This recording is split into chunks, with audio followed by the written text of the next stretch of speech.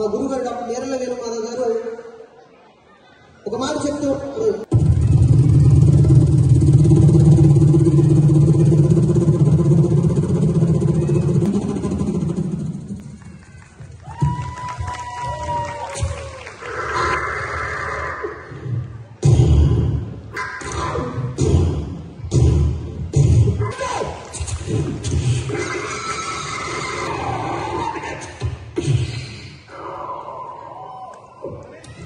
అలా అది చచ్చిపోవడం మనకి ఇంగ్లీష్లో ఆహారానికి వడ్డానానికి సెట్ వేసింది. ఏమైనా నాకు కాల్చిందే కాదే ఆ బిల్లు మీ అయ్యేటట్టు అంటే మరి మీ కళ న్యాయం అయితే నా కళ తప్ప అవుతాయి ఏంటి? మీరు ఇట్లా ఆవేశపడ్డారు. పక్కింటి శ్రీధరన్ చూసి నేర్చుకోండి. ఏం చేశాడైనా అన్ని ఏదో చేస్తూనే ఉంటాడు. ఈరోజు వాళ్ళ భార్య పువ్వులు పెట్టి చూసుకుంటున్నాడు. అమ్మా ఆయన ఏం పోయింది? రీసెంట్ గా హోటల్ పెట్టాడు. బ్రహ్మాండంగా దేవుడి దగ్గర పెట్టిన పూలన్నింటి తీసుకొచ్చి చక్కగా అవే పూలు మళ్ళీ ఆమె పెట్టి అమ్మ దేవతలా ఉన్నామని చూసుకుంటూ ఉన్నాడు. ఆయన చక్కగా పూలు కాబట్టి అది కారపొడి వ్యాపారం కారంలో పెట్టి చూసుకోమంటావా? లేకపోతే పక్క వాళ్ళని పోలుస్తూ మనం చూసుకోకూడదు. మన సంసారం అనేది మనం చూసుకుంటే 4 కాలం పాటు చల్లగా ఉంటాం. ప్రపంచంలో భార్య పుట్టింటికి వెళ్ళిన మాట ఎవరు నమ్మకండి. రోజు పుట్టింటికి వెళ్తా అంటే ఎప్పుడు పోతారండి వీళ్ళు పుట్టింటికి? నాకు అర్థం కాదు. ఏం శాంతమ్మ నీకు ఏమో తెలుసా? వెళ్ళావు ఎప్పుడన్నా? మనం వెళ్ళాము, పంపిస్తాం కానీ మనం వెళ్ళవు. పుట్టింటికి వెళ్తారు ఏంటంటే వెళ్తానని అంత ఫ్రస్ట్రేట్ అవుతున్నావు. మా ఇయ్యలేదా మీ కట్నం నన్ను మంచిగా చూసుకోమని? కట్నం ఇప్పుడు చెప్తున్నానండి. చేసుకోవడం వల్ల నాకు వచ్చిన కట్నం ఏంటంటే ఫస్ట్ ఇన్స్టాల్మెంట్ లో నేను పోగానే అల్లుడు నీకేం కావాలి అని అడిగాడు. ఏమండి సెలబ్రిటీ కదా కారు పెట్టండి చాలు, నలుగురు ముందుకు వెళ్ళాలంటే చిన్న చూపుగా ఉంటుంది అని అడిగాను. ఇలా పొందులో నాన్న ఏం చేశాడు తెలుసా? అల్లుడు గారు ఇన్స్టాల్మెంట్ లో పెడతాను అన్నాడు. పోనీ ఇన్స్టాల్మెంట్ అయితే బాగుంటుంది కదా, పేదవాళ్ళు కదా పెడతాను అనుకున్నా. ఫస్ట్ ఇన్స్టాల్మెంట్ లో టైర్ ఇచ్చాడండి, సెకండ్ ఇన్స్టాల్మెంట్ స్టీరింగ్ ఇచ్చాడండి, 3వ ఇన్స్టాల్మెంట్ కుర్చీ ఇచ్చాడు కూర్చోమని. ఆ ఇంజన్ ఎప్పుడు ఇస్తారండి అని అడుగుతుంటే ఇస్తారే నువ్వు అంటాడు. ఈ బొగ్గులో ఏమండి మీకు ఎట్టి చేసి కట్నం కదా కావాలా? ఇస్తాను కదా, ఎప్పుడో ఇస్తాను. ఇప్పుడు కార్యస్థాపన అదే ఎప్పుడు ఇస్తాడు? ఎప్పుడో ఇస్తాను. ఎందుకంటే ఆవేశపడుతున్నారు. పెళ్ళప్పుడు ఇచ్చింది ఆల్రెడీ 2 లక్షల కట్నం. తీసుకోలేదా 2 లక్షల కట్నం? అల్లుడు గారు 2 లక్షల కట్టానికి కొంత డబ్బు తక్కువైంది అన్నాడు.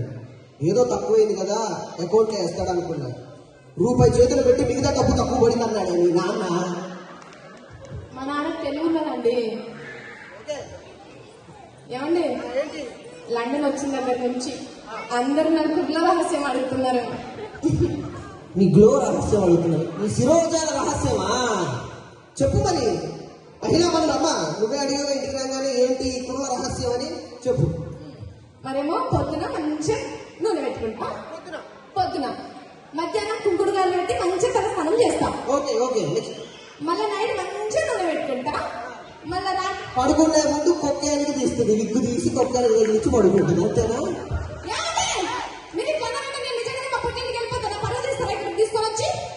నీ గాకున్నది ఒక ఇల్లు ఒక రూమ్. ఎప్పుడు పోతావో చెప్పగా నేనే దగ్గర నుండి పంపిస్తా. సరే ఇప్పుడు మీ మేధస్సుకి నేను కొన్ని క్వశ్చన్స్ ఇస్తాను, మీరు నాకు ఆన్సర్ చెప్పాలా? సరేనా? ఫైర్ ఇంజన్ లా మొగుళ్ళే పనిచేస్తారు, ఆడవాళ్ళు ఎందుకండి పనిచేయరు? పెద్దవాళ్ళు వచ్చారు త్రిమూర్తులు, అలా చెప్తున్న శ్రీధర్ గారు మీరు అర్థం చేసుకోవాలి, అమ్మ లక్ష్మమ్మ నువ్వు అర్థం చేసుకోవాలి. లేడీ ప్రెసిడెంట్ నువ్వు పడుకున్నావు ఇదేం పదేగా నువ్వు నీకే వస్తుంది. 1500 పౌండ్లు పోతున్నాడు బిడ్డ. ఏం అడగలేవా అంత కామెడీ చోటు. ఫైర్ స్టేషన్ లో ఆడవాళ్ళు పని చెయ్యరు, మగవాళ్ళే ఎందుకు పని చేస్తారు? ఇది ప్రపంచంలో మీరు గూగుల్లో సెర్చ్ చేసినా కూడా బయటికి రాదు. ఎందుకంటే ఆడవాళ్ళకి నిప్పు పెట్టడం కానీ నిప్పు ఆర్పడం ఎక్కడ తెలిసింది? ఏమండి మీరు ఇక్కడ కరెక్ట్ గా చూస్తే ఆడవాళ్ళే ఎక్కువ మంది ఉన్నారు. అందరూ ఒకటేసారి మీద పడ్డది అనుకో. వీళ్ళందరూ అవసరం ఈ ఒక్కటి చాలు. ఇంట్లో అన్నం కూడా పెట్టడం. సరే ఇంకో ప్రశ్న, మీలాంటి తెలివికల్లోళ్ళకే చెప్పు. మనం ఇట్లా రోడ్డు మీద నడుచుకుంటా పోతున్నాం లండన్ వీధుల్లో సరదాగా.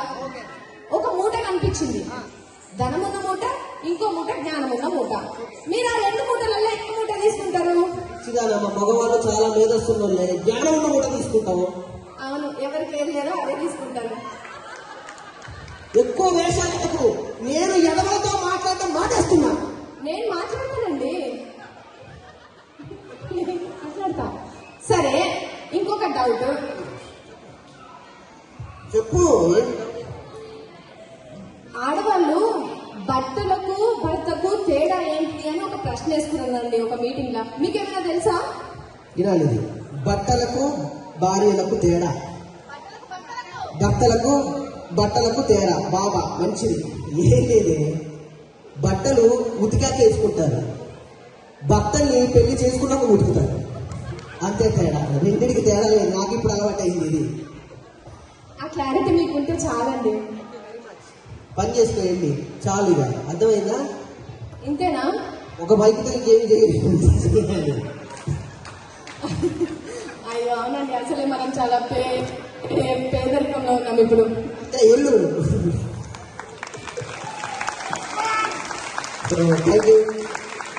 థ్యాంక్ యూ వెరీ మచ్ అండి. పిల్లలు సాగినందుకు. ఇక మీరు డిస్టర్బ్ చేయొద్దు, కూర్చోండి. ఇది మాట అయింది. ఇంకా ఇది పక్కన పెడితే మా ఇప్పుడు కొంచెం సెట్ అయ్యారు, మళ్ళీ కామెడీ మూడ్లోకి వచ్చారు కాబట్టి ఇదే దాన్ని కొనసాగిస్తూ సరదాగా కార్తీక్ నెక్స్ట్ దానికి మీరు రెడీగా ఉంటే నెక్స్ట్ ఇది నా పరిస్థితి సుజాతకి. అంతేగా, నిజమేగా, ఒప్పేసుకుంది.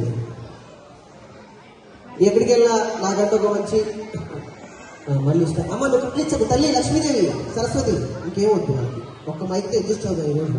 మీరు ఇంకోటి ఇవ్వాలనుకుంటే ఉన్నది పోతుంది ప్లీజ్. ఇది బాగుంది, నైస్. ఇది కూల్గా నిదానంగా ఒక మనం చేద్దాం. ఇది మళ్ళీ లేచింది. ఓ అమ్ము, ఓ శాంతమ్ము, శాంతమ్మ, ఈమెను జబర్దస్త్లో ఏదో రోజు నేను యాంకర్గా పెడతా. స్కిప్ చేస్తున్నప్పుడల్లా ఇక్కడ నడుస్తూ ఉంటుంది. శాంతమ్మ, నువ్వు అరిస్తేనే ఇక్కడ ఉన్న జనాలు అరుస్తున్నారు.